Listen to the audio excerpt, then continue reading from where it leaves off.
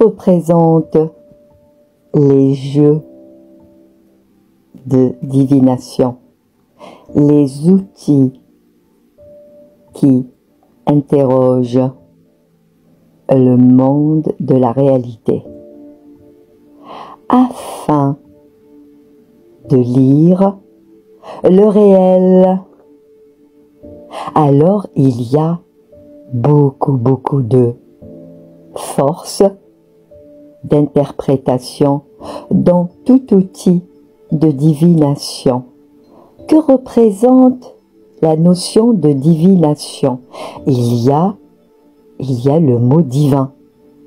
Mais qu'en est-il du divin? Et pourquoi des outils pour se lier au divin et de recevoir l'information qui est liée à son format, et le format représente sa forme humaine, afin que ces outils communiquent une forme de vérité, afin que celui qui s'interroge par lui-même ou par un intermédiaire puisse avoir une réponse, et que la réponse lui permet de se reconnaître dans son événement, dans ses interrogations, dans tout type de force, peut-être, qui peut être une non-force pour celui qui s'interroge, afin de retrouver une forme de paix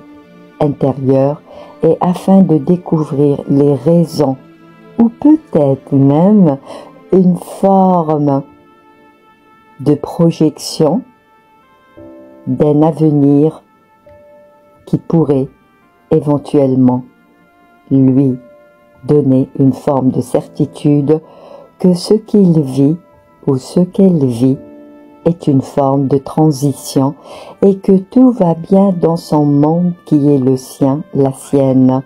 Alors le divin est une forme d'illusion, car que représente le divin dans le sens de quelque chose qui est projeté, qui est intentionné, qui est tout sauf ce que vous êtes individuellement.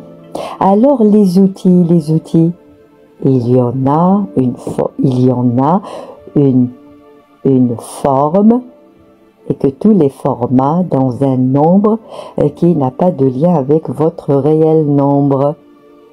Dans la mesure de tous ces outils, dans une forme de recrudescence de toute nature, afin de lire votre présent, votre passé et bien sûr la voyance dans le sens de votre futur, futur vrai, futur proche, futur improbable, futur qui n'a pas de lien avec le vôtre, votre présent, présent vraiment, votre présent qui peut être une forme d'interprétation, votre présent qui n'a jamais été le vôtre, votre passé qui n'est plus lien et qui n'a pas de lien et qui n'a jamais été votre lien dans la vie qui est la vôtre, avec toujours une forme de direction et beaucoup d'interprétation.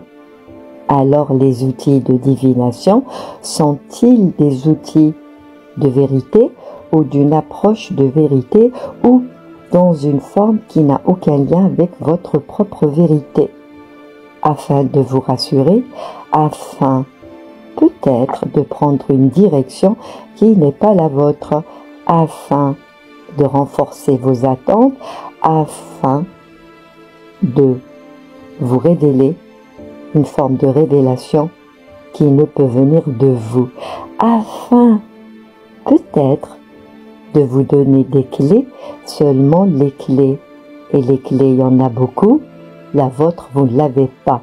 Alors que représentent ces outils qui sont beaucoup utilisés pour ceux qui l'utilisent, afin de donner une forme de force à celui qui pose une forme de question, et pour certains, pour ceux qui utilisent une forme de vérité, dans le sens je communique de l'information sans prendre en compte votre compréhension du message, et beaucoup utilisent le terme sans regard par rapport à votre réel regard de la réception de l'information. Alors le terme sans complaisance se pose. Il n'y a aucune manière de le dire, car le terme complaisance veut dire je vous délivre l'information telle que je la dis, à vous d'en faire votre affaire. Eh bien, ceux qui utilisent toute façon et de toutes les manières des outils, ce terme n'est pas à prononcer. Pourquoi? Car votre information impacte de manière directe celui qui reçoit de l'information. Alors, sans complaisance est un terme d'intrusion, de force, de non-force. Alors celui qui le dit, il n'est pas en lien avec qui il est, car ceux qu'ils sont en lien avec qui ils sont, leur message est de toute beauté. C'est des messages d'ouverture vers le monde de celui qui les consulte, afin de voir que son monde n'est peut-être pas le sien, et que c'est un monde enfermant, et par la parole juste, son monde, le réel monde, s'ouvre à lui-même, afin de revoir que une question donne beaucoup d'éléments par celui qui pose la question. Alors donner des réponses sans complaisance, dans le sens je reçois, je communique, avec une forme de distanciation, de non-responsabilité de l'information délivrée. Alors les outils de divination, dans les messages enfermants, ou peut-être facilitant une forme d'ouverture à celui qui se pose la question. Alors ce message que représentent les outils de divination dans le sens du divin, qui n'a aucun lien avec le divin, dans le sens de la toute-puissance, de l'être qui sait par lui-même, et que ce mot complaisance ne se dit pas, ne se place pas, que la sagesse elle-même qui s'exprime, qui met de l'ordre dans les questions qui n'ont pas d'ordre, avec celui qui se la pose, ou celle qui se la pose. Alors il y a comme une force de non-force dans certains qui communiquent des informations, or que leur information ne vient pas de ces outils, mais qui a mis en place ces outils? Ont-ils pris la mesure des outils utilisés? Car c'est aussi de l'information. Alors, ils utilisent des outils qui ne sont pas les leurs, qui sont déjà dans une force d'information véhiculée par ceux qui l'ont créé n'ont pas de lien avec la création, que ceux qui n'ont jamais créé utilisent la création des autres. Alors dans ce message, dans les outils de divination, il y a beaucoup de choses à dire, car il n'est pas ici de lister ou de donner une force ou de non-force à des outils, afin de dire c'est un moyen de communication, et la communication ne vient pas de l'être unifié, car l'être unifié n'a pas besoin d'outils pour communiquer de l'information ou il peut avoir son propre outil afin de faciliter la compréhension. Mais c'est un outil adapté à la situation et aux questions qui ne sont pas créées avant ou après. Il le sent au moment où les choses se posent. Il y a une forme de manifestation, dans le sens, tout se manifeste dans le moment où les choses se disent de part et d'autre. C'est un espace sacré dans le champ d'information lit des êtres qui sont là pour éclairer ce qui les entoure.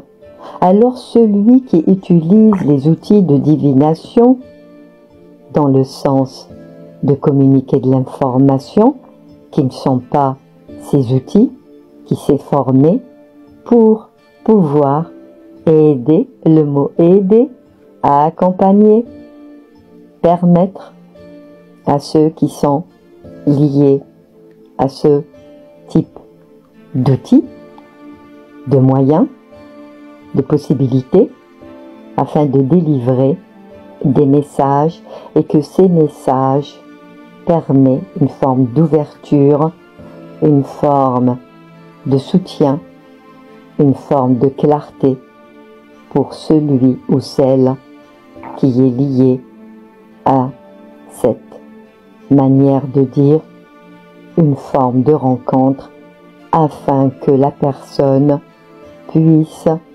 se retrouver, et le mot se retrouver puisse se lier à sa force. Alors les outils pour toute la force de l'être qui se place dans un champ qui n'est pas le sien, celui qui délivre n'est pas dans le champ qui est le sien, il utilise des outils qui ne sont pas les siens. Alors que dire lorsque l'accompagnement, une forme d'aide, que le mot aider n'est pas le terme approprié dans le sens de permettre une forme de libération, de communication pour celui qui est dans la tourmente, l'incompréhension, le doute, la confusion, les peurs, et il ne sait plus ce que la vie ne peut te le dire, et la vie dit toujours.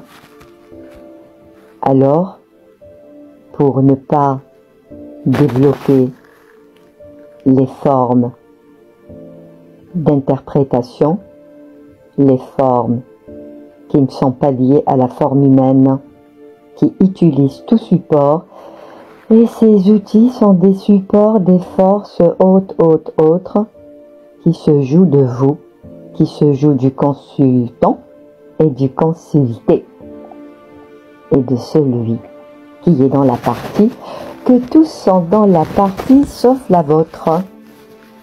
Alors ce podcast est-il un podcast qui fait dire que ce que vous utilisez n'est pas lié à votre force, ni à celui qui vous consulte? À vous de voir.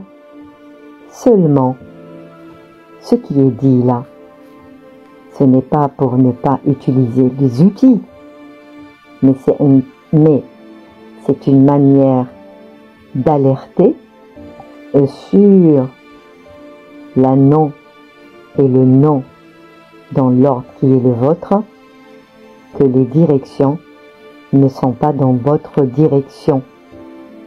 Ça renforce une forme de non-vérité, une forme de non-force pour vous-même.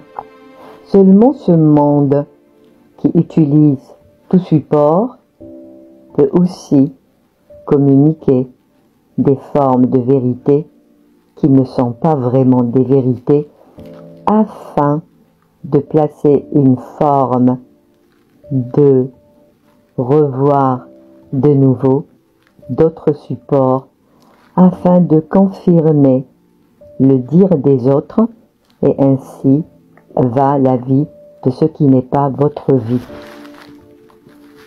Il y a une forme d'attirance, mais qui vous attire afin de ne pas vous retrouver, afin de voir que ces choses-là vous manipulent.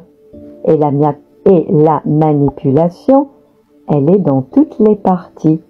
Elle est support de manipulation, car il y a de l'interprétation. Qui détient la vérité si ce n'est pas vous qui posez la question?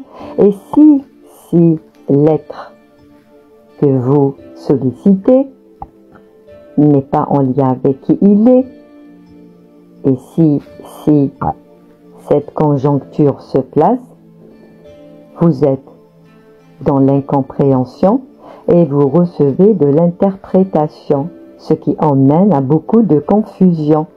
Peut-être même ce qu'on vous dit vous permet de dire « oui, c'est vrai, c'est ce que je vis, oui, c'est vrai, je l'ai vraiment vérifié, c'est arrivé ». Mais c'est pour vraiment rejouer d'autres parties. C'est des jeux qui ne cessent pas, afin d'appâter, de vous donner une impression que ce type d'outil peut vous rassurer, peut vous permettre d'aller dans une forme, de sentir une forme de paix, une paix provisoire, éphémère, que la paix n'est pas, et que votre lien est rompu avec votre divin. Les outils de divination sont liés à votre force divine. Le divin, c'est vous. Tout est divin, dans le sens de la vérité, vrai pour vous-même, votre champ d'information unique, que vous recevez vos informations de manière vraie, dans le sens de votre placement, positionnement dans le monde qui n'a pas de lien avec le réel, vrai de votre monde à vous. Cette manière de l'exprimer peut paraître incompréhensible. Alors tous ces outils de divination ne communiquent pas des informations en lien avec une forme de compréhension pour vous-même. C'est des pansements pour dire nous plaçons des points de force qui n'en est pas afin de vous tromper. Alors tromper, manipuler, abuser, et ce n'est pas ceux qui utilisent les outils car ils sont support. Ce podcast ne pointe pas ceux qui utilisent les outils, ni ceux qui consultent à travers ces outils. Que le message soit clair. Il alerte sur les informations utilisées dans le sens véhiculé à travers tout support. Les outils, quelle que soit la nature de l'outil, celui qui communique à travers les outils ou une forme de porte vers des champs qui ne sont pas les siens, car il utilise un support. Et celui qui consulte, qui est aussi placé dans un champ qui n'est pas le sien. Alors les choses se corsent. Que faire? Juste à le voir et à le savoir. Les choses se placent de façon, et l'unique façon sera la vôtre. La sagesse est de rigueur dans le monde qui n'est pas le nôtre.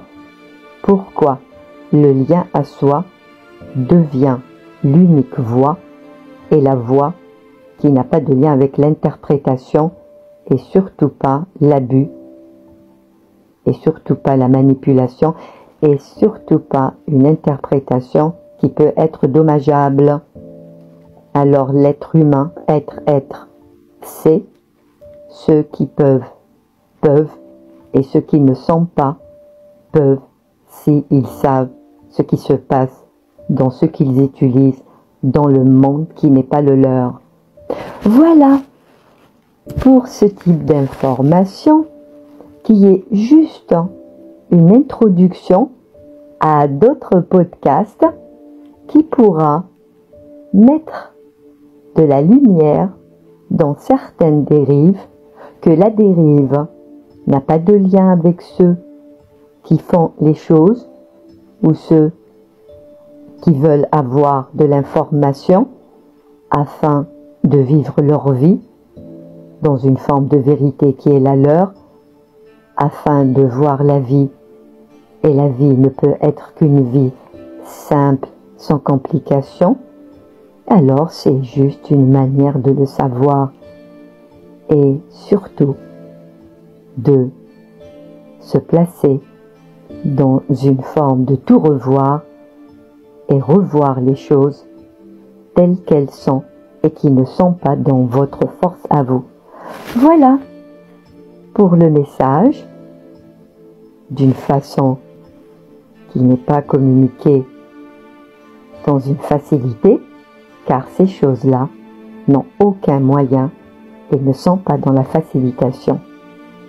Merci pour votre écoute, et puis à bientôt pour d'autres épisodes. Bye bye.